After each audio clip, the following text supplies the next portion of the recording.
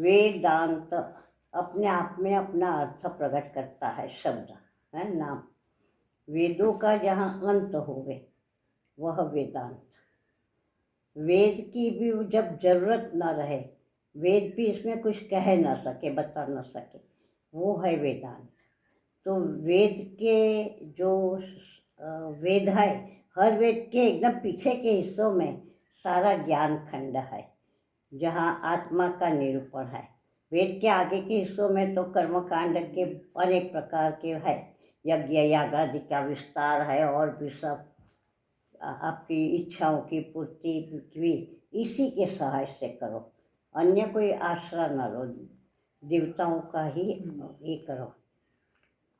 और जो पीछे के हिस्से में दिया है उन्होंने, आत्म तत्व का ज्ञान दिया है पूरा, वो ही। और आत्मा का एक बार ज्ञान हो गया तो वेद की आवश्यकता ही कहाँ रही। फिर तो वेद का नियम वे पाले या न पाले, उसके ऊपर कोई बंधन नहीं है। तो वो वेद का जो अंत कर देता है, वेद भी तब तक है जब तक हम अज्ञान में हैं, तो वेद की आज्ञा में हमने जीना चाहिए। मैंने सारे कर्मों को हमने धर्म की मर्यादा, देवताओं के आदर सत्कार, उस प्रकार से ही, और दूसरों का नुकसान न हो के हमारा लाभ सोचना चाहिए कि चाहे जिसका जो हो जाए, हमें तो हमारे लाभ से लेना देना है, ये भावना नहीं होनी चाहिए। तो इसी प्रकार से जीवन जीने का एक अलग ही मकसद हमारे सामने रखता है, और जीवन का लक्ष्य हमारे सामने आ जाता है कि तुम मनुष्य बने हो, बनाए गए हो, मनुष्य आकार में तुम्हें मौका दिया गया है। तो ये सर्वश्रेष्ठ जो 84 लाख योनि हमारे शास्त्र कहते हैं, उसमें ये सर्वश्रेष्ठ योनि है मानवा का। तो वो सर्वश्रेष्ठ योनि क्यों दी गई है तुम्हें? तुमसे कुछ अपेक्षा होगी देने वाले की। जब कोई ऊंची पोस्ट किसी को देते हैं तो उनसे कुछ अपेक्षा होती है। घर में भी किसी व्यक्ति को बहुत ज़्यादा अमुक ऐसी जवाबदारी सौंपते हैं तो उससे कुछ विशेष अपेक्षा होती है। अपेक्षा क्यों होती है? क्योंकि उसकी एक विशेष समझ और सामर्थ्य इसने देखी समझी है, इसीलिए उसको सौंपी जवाबदारी, तो उसने उसमें पूरा उतरना चाहिए। तो मानव आकार में हम आए तो हमें एक लक्ष्य बताया गया है कि तुम ही हो जो मुझे जान सकते हो। ब्रह्मा जी ने बहुत आकार कहे, कोई 2 पैर, कोई 4 पैर, 2 पैर नहीं, कोई 4, कोई 6, कोई 60, कोई 1000 ऐसे पैर, कोई उड़ने वाले, कोई दौड़ने वाले, कोई पानी के भीतर रहने वाले, हाँ, कोई आकाश पर, कोई जमीन पर, कोई क्रूर, कोई सौम्य, कोई दूध देने वाले, पालन करने वाले संसारियों का।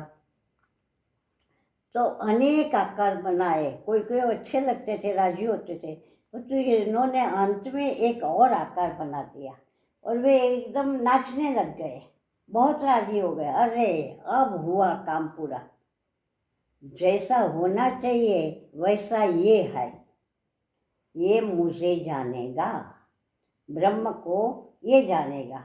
और कोई भी योनि आत्म तत्व को, ब्रह्म को, परमात्मा को नहीं जान सकती, उसके लिए कुछ कर भी नहीं सकती, न वो शास्त्र पढ़ सकती, न सुन सकती, न कुछ धर्म ध्यान कर सकती, न किसी के मदद कर सकती।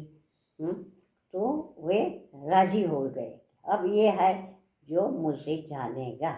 मेरी सृष्टि रचना की यहाँ पर पूर्ति हुई कि मैंने कुछ अच्छा काम किया। तो ये सारा मनुष्यता की, मनुष्यत्व की विशेषता इसीलिए है कि एकमात्र मनुष्य योनि में आके जीव परमात्मा को जान के इस सृष्टि चक्र में बार बार आना, जन्म लेना, मरना, उससे छूट सकता है। दोनों हुआ, देवताओं को राजी करेगा, अपना लक्ष्य परमात्मा को जान लेगा, पा लेगा, और अपने आप को भी मुक्ति का भागी बना सकता है। तो ये सारा एक लक्ष्य है मानवता का, मनुष्यत्व का, सब लोग कहते हैं ना कि मनुष्य क्यों विशेष है, ऐसे क्यों कहते हैं, और फिर कहते हैं कि कुछ ये ना करो वो ना करो। तो सुख पाने की तो ना कह देते हैं कि सुख के लिए मत उलझो, सुख जहाँ आप ढूंढते हो वहाँ है ही नहीं। दुखालय में जाके सुख की मांग करोगे तो कैसे मिलेगा? जिस दुकान में है दुख ही दुख में बिकता है, जिस घर में दुख ही दुख रहता है, वहाँ जाके आपको कि मुझे सुख चाहिए, कभी ना मिले। तो ये सारे मानव की जो उत्पत्ति करी है वो परम तत्व को, ब्रह्म तत्व को, आत्मा को जानने के लिए और उसको स्वयं के उद्धार का मौका देने के लिए, क्योंकि उद्धार कोई किसी का नहीं कर सकता। उद्धरेदात्मनात्मानम न आत्मानम अवसादय। अपनी आत्मा का उद्धार आप स्वयं करो, अपनी आत्मा को गड्ढे में न डालो, अवसाद में, दुख में न डालो, न गिराओ, क्योंकि जन्म पर जन्म लेना पड़ेगा तो दुख में ही जाना है। माँ के गर्भ में कोई सुख थोड़ा है। तो ये सारी बातें वेदांत जो है उसको कौन भोगता है, ये उसका आदि बेज मानवता की विशेषता के लिए। अब जो वेदांत के माध्यम से हमारे सामने जो ज्ञान खंड वेदों के हिस्से आए उसको एक नाम दिया गया उपनिषद। बाजू में बैठना, निकट बैठना, सम्मुख बैठना और गुरु को प्रश्न तब करना जब उनको पहले सेवा करके प्रसन्न करो, और गुरु को दंडवत प्रणाम करो, गुरु की सेवा करो और फिर गुरु से प्रश्न करो। बिना प्रश्न के गुरु उपदेश करेंगे नहीं। हमारे शास्त्रों की सब जगह जितने भी शास्त्र है, ये योग वशिष्ठ में राम जी पूछ रहे हैं, भागवत में परीक्षित पूछ रहे हैं, गीता जी में अर्जुन पूछ रहा है। तो बिना पूछे उपदेश करने का अर्थ ही नहीं होता है। कुछ सामने वाले को कोई रुचि नहीं है, जानना नहीं चाहते, तो क्यों हम भोग करते रहें? उसको तो कुछ लाभ होगा नहीं। तो ये वेदांत के जो है वो उपनिषदों के माध्यम से हमारे सामने भगवान ने जिसके लिए वेद आए हैं वो अंतिम हिस्से में है। आगे आगे में उलझे रहेंगे तो संसार में ऊपर नीचे मध्य में चक्कर काटते रहेंगे। कभी दिव्य योनि है, कभी तमोगुणी योनि है, तो कभी मध्य में राजस है। मध्य में जब आएंगे तब ही वो अपनी मुक्ति का उपाय देख पाएंगे, समझ पाएंगे। क्योंकि जीवन में जो सत्संग है वो केवल मनुष्य के लिए है, देवता भी नहीं करते, वो भी भोग में है, और दूसरी योनियों में तो संभव ही नहीं है। सारी जो भोग योनियों से निकल के मानवता में जब आता है तब वो अपना उद्धार करने के काबिल ऐसा एक रूप भगवान ने कृपा करके दे दिया। अब इसके लिए सारे जो उपनिषद है गुरु और शिष्य के संवाद रूप से, तो अगर कुछ गुरु मिल गए या आप चाहते हो तब मिलेंगे, अपने आप तो मिलेंगे नहीं। तो इसके लिए क्या साधन है? तो क्या सत्संग। हमारे लाखों जन्मों का जब पुण्य उदय होता है तब इच्छा होती है कि हम सत्संग में जाएं, हम वैराग्य करें, हम भक्ति करें, हम ज्ञान प्राप्त करें, हम कर्म योगी बने, हमें समझ आवे कि जीवन में क्या करना है क्या नहीं करना है, जीवन कैसे जीना है, जीवन जीने के लिए है, जीवन ऐसे ही उड़ा देने के लिए नहीं है। जीना इसका मतलब है उसके एक एक क्षण, और हमारे जो मिला है ये इसके एक एक कण हम सार्थक करके जावे, ऐसे फेंक के ना जावे रेत जैसे मुट्ठी में भर दिया और गिराते रहे जीवन पर, ऐसे ना जावे। ये हमें सत्संग के माध्यम से ही समझ आएगी, और वो समझ हमें देगा ये वेदांत। वेदांत को हम उपनिषद वेदांत मैंने आत्मज्ञान, ब्रह्म विद्या उपनिषद कह रहे हैं ना, है, वही उपनिषद है ना जो वेदांत वही उपनिषद। उपनिषदों का ज्ञान जब आप प्राप्त करोगे तो वेदों का अंत हो गया, आपके लिए वेद का कोई मूल्य ही नहीं रहा। दत्तात्रेय भगवान के साथ 4 कुत्ते दिखाते, पता है, चलते हैं, तो वो कौन है पता है? चारों वेद। चारों वेद परम योगी परम ज्ञानी के पीछे घूमते हैं, कुत्ते बन के उनके पैर चाटते हैं। क्या बात, ये एक सिंबल, हाँ सिंबल है। मैंने वेद की अब जरूरत नहीं रही, वेद की आज्ञा ज्ञानियों पे नहीं चलती, वो चाहे जैसे बरते। कई बार लगेगा वेद विरोधी है, पर तो उसको कोई नहीं, अब उसके लिए कुछ रहा ही नहीं। आत्मा के सिवा जब कुछ है ही नहीं तो धर्म अधर्म क्या, पाप पुण्य क्या, जीवन मरण क्या, कुछ शेष ही नहीं रहा जिसमें करना या न करना आज्ञा कर सके वेद, है ना। तो वो वेदांत, मैंने उपनिषदों का जो ज्ञान है हमारा, उसी को वेदांत कहते हैं, जिसमें खालस आत्म तत्व ब्रह्म तत्व की ही महिमा गाई जाती है। परंतु उसमें हमें समझने के लिए हम देह में आए हुए हैं, ये पंचभूतों के पुतले बने हुए हैं हम, तो इसलिए इसकी भी माहिती हमारे पास होनी चाहिए।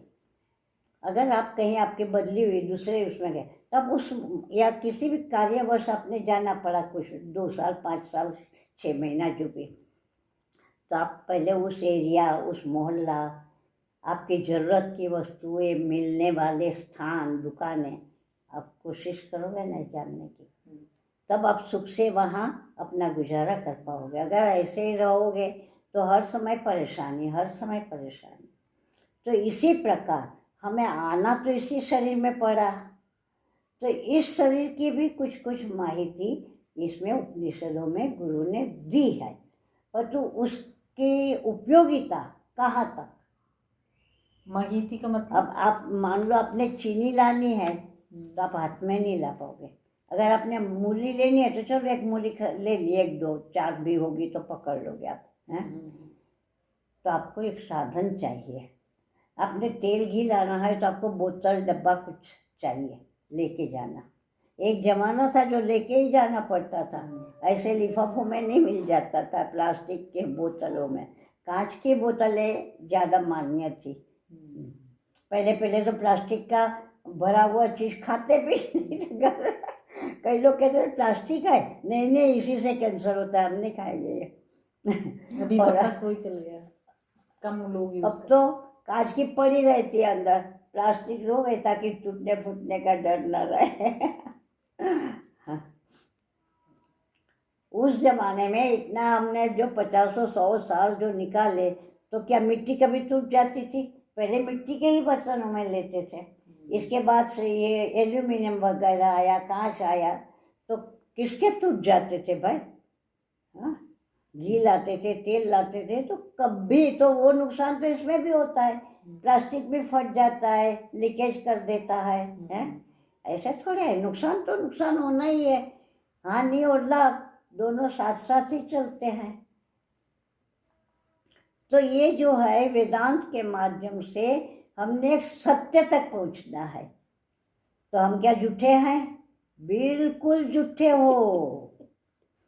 ये स्वीकार जब कर लोगे तब तुम्हारा सुख का दरवाज़ा खुलना शुरू हो जाएगा, तुम्हें सुख की पगडंडी मिल जाएगी और तुम चलते चलते चलते सुख के सिंहासन तक पहुंच जाओगे। तो ये सारी जो बात है वही वेदांत है। तुम्हारा शरीर का ज्ञान, शरीर कहते हैं, शरीर में कौन? तो इसके लिए एक इंद्रिय शब्द आया है, हाथ पैर आदि जो है मलमूत्र की, और ये वाणी, ये 5 जो है कर्म करती है, तो कर्मेंद्रिया कहा।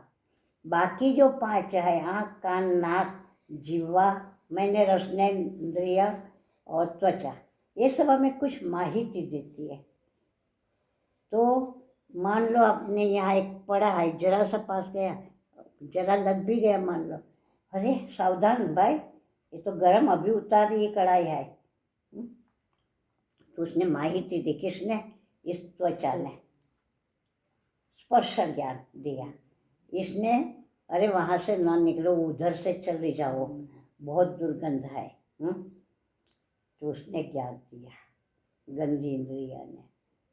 कुछ शब्द, अरे वहाँ तो सिर, आप बोलोगे आपस में साथ में खड़े खड़े तो भी नहीं सुनाई देगा, इतने ढोल ढमाके हैं।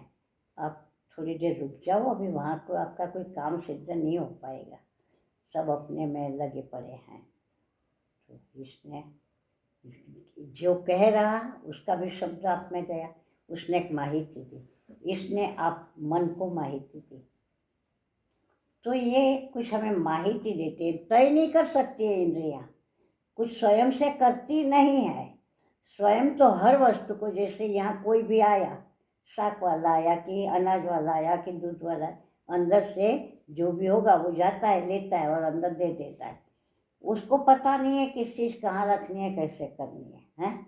वो बाहर चौकीदारी ही करता है, वो खाली तुम्हें अंदर पहुँचा देगा या अंदर वाले को बाहर बुला देगा कि आया है कुछ देने, तो क्या करना है, मैं लूँ कि आप लेते हो, उसको खुद को कुछ नहीं। तो ये हम ज्ञान इंद्रिया कहते हैं, पर माहिती तक ही उसका ज्ञान सीमित है।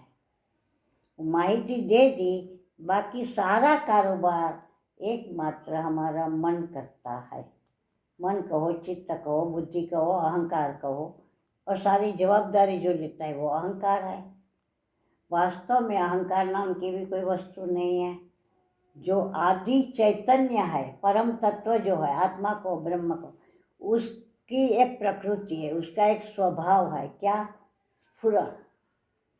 मैंने चैतन्यता में चेतनता है, चेतनता उसका स्फुरण है। अब जैसे कभी कोई गिर गया और हिलडुल नहीं रहा, तो लोग पहले यूँ देखेंगे, नाड़ देखेंगे कि इसमें चेतन है कि नहीं है। तो चैतन्य और वस्तु है, चैतन्य तो है ही है, चैतन्य कहाँ नहीं है, चैतन्य से ही सारे चेतनवान हुए हैं। तो ये विशेष रूप से जब इसमें उसका वो पड़ा, निकटता आई, तो उसमें से एक स्फूर्ति हुई है, अहम अस्मि। तो वो स्फूर्ति मात्र है उस परम चैतन्य की, उसके निकटता से वो स्फूर्ति मात्र है, अहम अस्मि। अस्मि मैंने हूँ, होनापन, एहसास इसका, और मैं हूँ, ये अहम अस्मि। और वो फिर आगे आगे उसने अपना संसार रच दिया जो उसके काम का था। मन बना, चित्त बना, बुद्धि बने, निश्चय करा तो बुद्धि केवल आई, चिंतन करता रहा, शुभ चिंता करता रहा, भूत भविष्य का विचार करता रहा, तो वो चित्त हो गया। संकल्प विकल्प करा, ये करा जाए या ना करा जाए, अमुक जगह जाना चाहिए या नहीं जाना चाहिए, ये खाना चाहिए या नहीं खाना चाहिए, इतना देना चाहिए कि उतना देना चाहिए, इसको मिलना चाहिए कि नहीं मिलना चाहिए, आदि आदि संकल्प विकल्प। तो मन बन गया। तो सर्वप्रथम अहम अस्मि जो स्फुरण हुआ वही जीव है। तो जीव का स्वरूप क्या है वास्तव में? तो कुछ नहीं, वो चैतन्य की परछाई कह लो, चैतन्य का स्फुरण कह लो, स्फूर्ति कह लो, चैतन्य की एक लहर उठी और वो जीव कहलाई। अहम मैं, तो मैं कौन? वही जीव। तो ये सारा ज्ञान धीरे धीरे हमें वेदांत के माध्यम से मिलता है। पर वेदांत जो उपनिषदों के नाम है, जो वेदांत उपनिषदों में वो ज्ञान है सारा, वो उपनिषद थोड़ा कठिन लगता है मनुष्य को समझना, क्योंकि अत्यंत विरक्ति नहीं है, पहले से जीवन इस दिशा का नहीं है। उस जमाने में तो बचपन से ही सारा ज्ञान डाला जाता था। हमारे बचपन तक भी तो काफ़ी, फिर भी भले वे लोग पढ़े लिखे नहीं थे बेचारे, परंतु फिर भी एक एक हमें प्रेरणा करते थे। देखो कैसे सब करते हैं, तुम भी करो व्रत। और आजकल कहेंगे व्रत नहीं करना, माए ही मना कर देगी। अरे कहाँ भूखे मरेंगे, इतना तो पढ़ाई करने। तो हम लोग पढ़े नहीं क्या? हैं? हम क्या ऐसे ही बर्तन मलते बैठे रहते थे? ये तो एक संयम का एक वो है कि आप में असंयम आता है। तभी तो वो परिस्थितियों में भूखा रह सकते हैं। परिस्थितियों में कंट्रोल आता है अपने ऊपर। जो मिला उसी से गुजारा कर सकते हैं, क्योंकि कितना उसमें प्रतिबंध होते हैं खाने। और हमारे ज़माने में तो जितने व्रत होते थे ना, जगराता सहित होते थे। पूरी रात्रि का सुबह 5 बजे तक का जागरण होता था सारे व्रतों में। हम बच्चों के व्रतों में भी, और जो सुहागनों के व्रत होते थे उनको भी। और ये जो एकादशी है ना, एकादशी को भी जागरण होता था। एकादशी को कम से कम 12 बजे तक तो भजन कीर्तन ही करना है, सोना नहीं है। और हम वैसे 12 महीना तो नहीं जागते थे, पर जब अखंड एकादशी का व्रत लेते थे तो सुबह 5 बजे तक जागना होता था। वो क्या होता है? वो अखंड एकादशी यूँ तो 10वीं द्वादशी जोड़ के करते हैं संपूर्ण। 10वीं को भी एक टाइम भोजन लेंगे और नियमों का पालन करेंगे। एकादशी को अब नहीं रह सकते तो फलाहार ले लेंगे, नहीं तो फल, दूध, दही, छाछ ऐसे ही लेंगे। अन्न या नमक नहीं, अन्न तो क्या, फलाहार के अन्य पदार्थ नमक आदि नहीं लेंगे। अच्छा। और बिल्कुल जो रह सकते हैं तो नकोड़ा करेंगे। मैंने कुछ नहीं, पानी पी के, फल भी नहीं लेंगे, चाय, दूध, छाछ वगैरह ले लिया बस। और दूसरे दिन द्वादशी पर, अब हमें तो ज्ञान होता नहीं तो हम तो ऐसे ही कर लेते थे, नहीं तो द्वादशी के समय ही वे पारण करेंगे, बराबर अनुसंधान करके मिनट सेकंड का। तो हम लोग तो ऐसे तो नहीं करते थे। सुबह स्नान करके दर्शन करके चाय पानी पी लेते थे और फिर भोजन के समय भोजन भी कर लेते थे। ये है कि मंदिर जाके एक बार दर्शन कर आते थे, तब तक चाय भी नहीं पीते थे, इतना कर लेते थे। नियम थोड़ा अपने हिसाब से एक मर्यादा में। एकादशी वाले दिन खूब करते हैं, रात भर जाकर कीर्तन भजन गाते रहेंगे, गरबा गा लेंगे। बहुत नींद आने लगेगी तो चलो उठो सब, थोड़ा घूम लो ताकि नींद उड़ जाए। और वो जब पूरा होता है वो चातुर्मास करते हैं। तो हवन आदि करते हैं पूर्णाहुति का। मोदी जी भी तो चातुर्मास करते हैं। अखंड एकादशी का हवन भी करते हैं। समर्थ हो तो कुछ ब्राह्मणों को झिमा वो कुछ करो, देना लेना करो। नहीं, मोदी जितना बढ़ा के कर सकते हो कर सकते हो। मोदी जी भी चातुर्मास मोदी चातुर्मास करते हैं ना वो।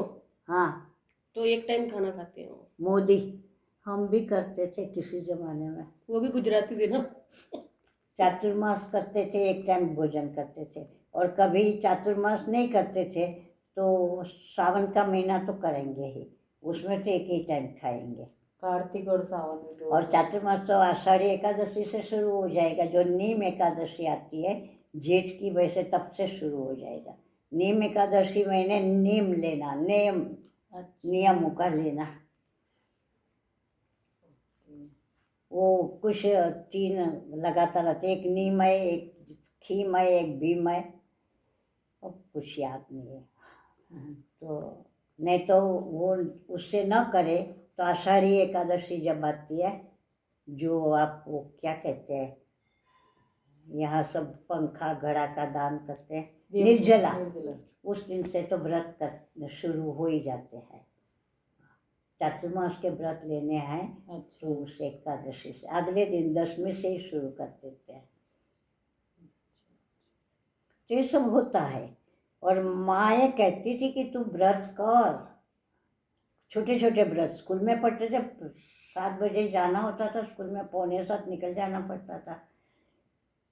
तो 13 सुहागनों को चांदला करना। मैंने हाथ में कुमकुम घोल के लेके कटोरी लेके पूरे मकान में घुमाना 13 सुहागनों को कर देना चांदला बस।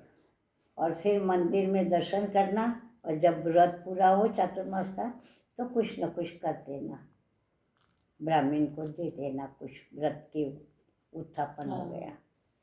तो इस प्रकार से अनेक प्रकार के होते थे व्रत, छोटे छोटे छोटे छोटे। उस छोटे छोटे व्रतों से तूने स्कूल जाना है, उसके पहले पूरा करके जाना है। सुबह को दोपहर को आके कैसे करेगी, तब तक कुछ खा नहीं सकेगी तू। तो इस प्रकार से एक संयम, एक अपना कार्य साधना है, तो किस प्रकार से कितना समय पहले अपने जागृति वगैरह